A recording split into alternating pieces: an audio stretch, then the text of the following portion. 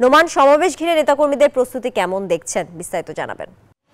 ধন্যবাদ আপনাকে। আমি ঠিক এই মুহূর্তে অবস্থান করছি ময়মনসিংহের মহানগরে যে বিএনপির দলীয় কার্যালয়টি আছে সেই দলীয় কার্যালয়ের সামনে, এবং সেখানে আমার পেছনে নিশ্চয়ই দেখতে পাচ্ছেন যে এই সমাবেশকে ঘিরে একবারে শেষ মুহূর্তের প্রস্তুতি কিন্তু জেলা বিএনপি নিচ্ছে। এবং আমরা জেলার ঊর্ধ্বতন নেতৃবৃন্দের সাথে কথা বলেছি, তারা বলছে একবার শেষ পর্যায়ে প্রস্তুতি নেওয়া হচ্ছে, যদিও প্রোগ্রাম কিন্তু বেলা 2:30টার পরে কিন্তু অনুষ্ঠিত হবে। আমার সাথে ঠিক এই মুহূর্তে অবস্থান করছেন জেলা বিএনপি সদস্য সচিব রুকনুজ্জামান সরকার। আমরা ওনার কাছে সরাসরি জানতে চাইব যে এই দলীয় নেতাকর্মীদের প্রতি কী নির্দেশনা থাকতে পারে, অথবা এই প্রোগ্রামকে ঘিরে আপনাদের আর কি পরিকল্পনা আছে।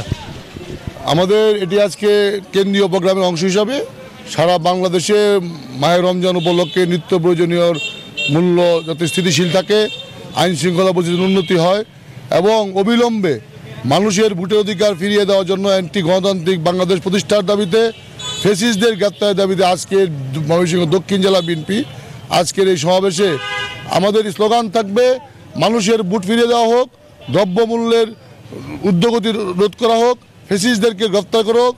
ফ্যাসিস্টদের প্রধান খুনি হাসিনা পালিয়ে গেছে, কিন্তু তার তারা এখনও বাংলাদেশে আছে, বাংলাদেশ নিয়ে ষড়যন্ত্র চলছে।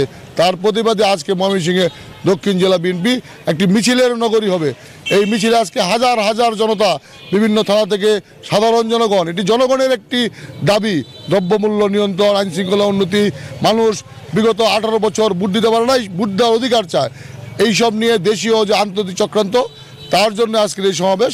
সেই সমাবেশ আপনি বেলা 2টার পর থেকে একটু থামাতে হচ্ছে। ধন্যবাদ আপনাকে। আর শুনছিলেন যে ময়মনসিংহের যে জেলা দক্ষিণ জেলা বিএনপি সদস্য সচিব আছেন, তার কথা আমি একটু জানিয়ে রাখি। ময়মনসিংহের যে 13টি উপজেলা আছে, 13 উপজেলা থেকে কিন্তু এখানে নেতাকর্মীদের সমাগম হবে, এবং বিএনপি নেতৃবৃন্দ কিন্তু বলছেন এটি কিন্তু লোকারণ্য একটি আজকে মিছিলের নগরীতে পরিণত হবে। তো এই ছিল আমার কাছে বিএনপি সমাবেশ নিয়ে সর্বশেষ খোঁজখবর। আমরা চলে যাচ্ছি রাজবাড়িতে, সেখানে আছেন আমাদের আরেক সহকর্মী। ধন্যবাদ নোমান।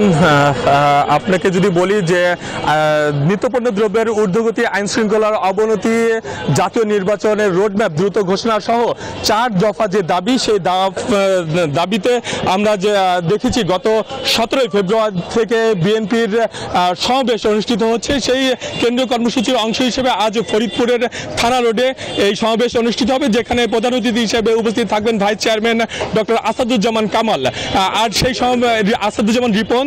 আর সেই সমাবেশকে কেন্দ্র করে আমরা দেখেছি যে স্থানীয় বিএনপি নেতৃবৃন্দ সমাবেশ স্থলে এসেছেন এবং মঞ্চ তৈরি হয়েছেন। এই সমাবেশ স্থলে এখনই কিন্তু রয়েছেন ফরিদপুর জেলা বিএনপির যুগ্ম আহ্বায়ক আফজাল হোসেন খান পলাশ, আছেন জুলফিকার হোসেন জুয়েল সহ বিএনপি এবং সহযোগী সংগঠনের নেতৃবৃন্দরা রয়েছেন।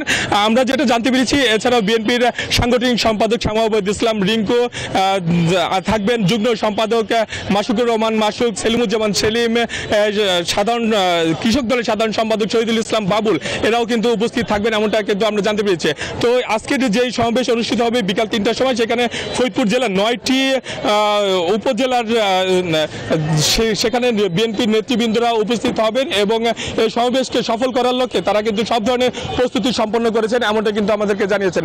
তো এই ছিল আমার কাছে বিএনপি সমাবেশের সর্বশেষ সংবাদ। ফিরে যাবো স্টুডিওতে আপনার কাছে। তানিয়া, সোহাগ, আপনাকে ধন্যবাদ আমাদের সঙ্গে যুক্ত থাকার জন্য।